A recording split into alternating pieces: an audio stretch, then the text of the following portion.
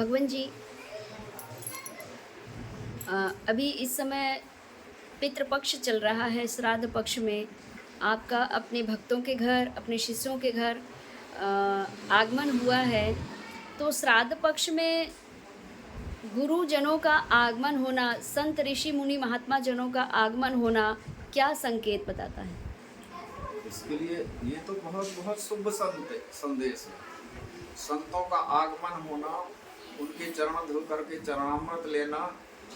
जब पुरानी परंपरा हमारी, जब देव ऋषि नारद हिमांचल के यहाँ पहुँचे तो नारी सहित मुनि पद सिर नावा, चलन चरण सलिल सब भवन से जावा।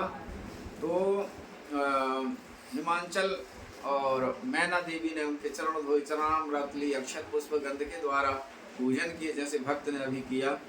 और उस चरण जल को माने पूरे घर में सींचने से, उनकी दो शब्द कहने से, क्योंकि पितृ जितने भी जिस कुल में हमारा जन्म हुआ है और जब से वो परिपाटी कुल की चली आई है, वो सब जाकर के पितृ ही बनते हैं जी। वो सब पितृ ही रूप हो गया उनका। जैसे कोई संपत्ति गड़ा देते हैं और वो मर गया, खर्च नहीं कर पाया, तो वो मरने के बाद भी उसी में जाकर के और भी जितने मरेंगे तो सबसे ईशई बनते जाएंगे।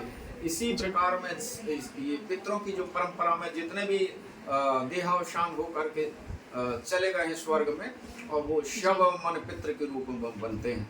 तो पितरों के लिए देवताओं का मुख है अग्नि, और अग्नि की पत्नी है स्वाधा।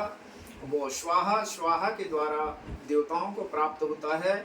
इसी प्रकार ब्रह्मा जी की ही पुत्री स्वाधा है, उनके द्वारा तर्पण करने से पितरों को प्राप्त होता है। चाहे गुरु की पूजा करो, चाहे देवताओं की पूजा करो, चाहे अपने इष्ट भगवान की पूजा करो, स्वाधा लगा करके तर्पण और हवन श्राद्ध कर्म करेंगे तो ये हमारे पितरों को प्राप्त होता है।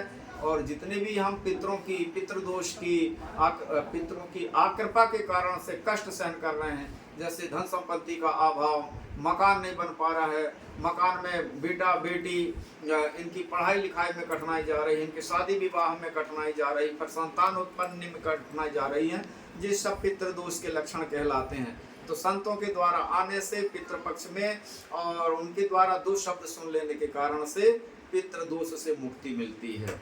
ये तो बड़ा सौभाग्य है कि वो देखेंगे। उनको 1 महीने के लिए छुट्टी मिलती है कि तुम जाओ और अपने मृत लोक में परिवार का दर्शन करो, और वो आपको जो भी नैवेद्य तर्पण के रूप में अर्पण करते हो, तीर्थ जल, सामान्य जल, उसको आप ग्रहण कीजिए। तो वो यदि यहाँ पे देखेंगे कि हमारे पुत्र पौत्रों के यहाँ संतों का आगमन हुआ है, तो वो अतीव खुश होकर के आशीर्वाद देते हैं कि ऐसा इनको सत्संग के माध्यम से शुभबोध प्राप्त होता रहे, तो हमको और भी तर्पण में और हमको श्लोक में आने का आनंद प्राप्त होगा। तो ऐसे देवताओं से, पितरों से, गुरुओं से और अपने इष्ट से प्राप्त होती है। तो ये बड़े सौभाग्य की बात है कि पितृ पक्ष में जिनके यहाँ संत सद्गुरुओं का स्वागमन होता है।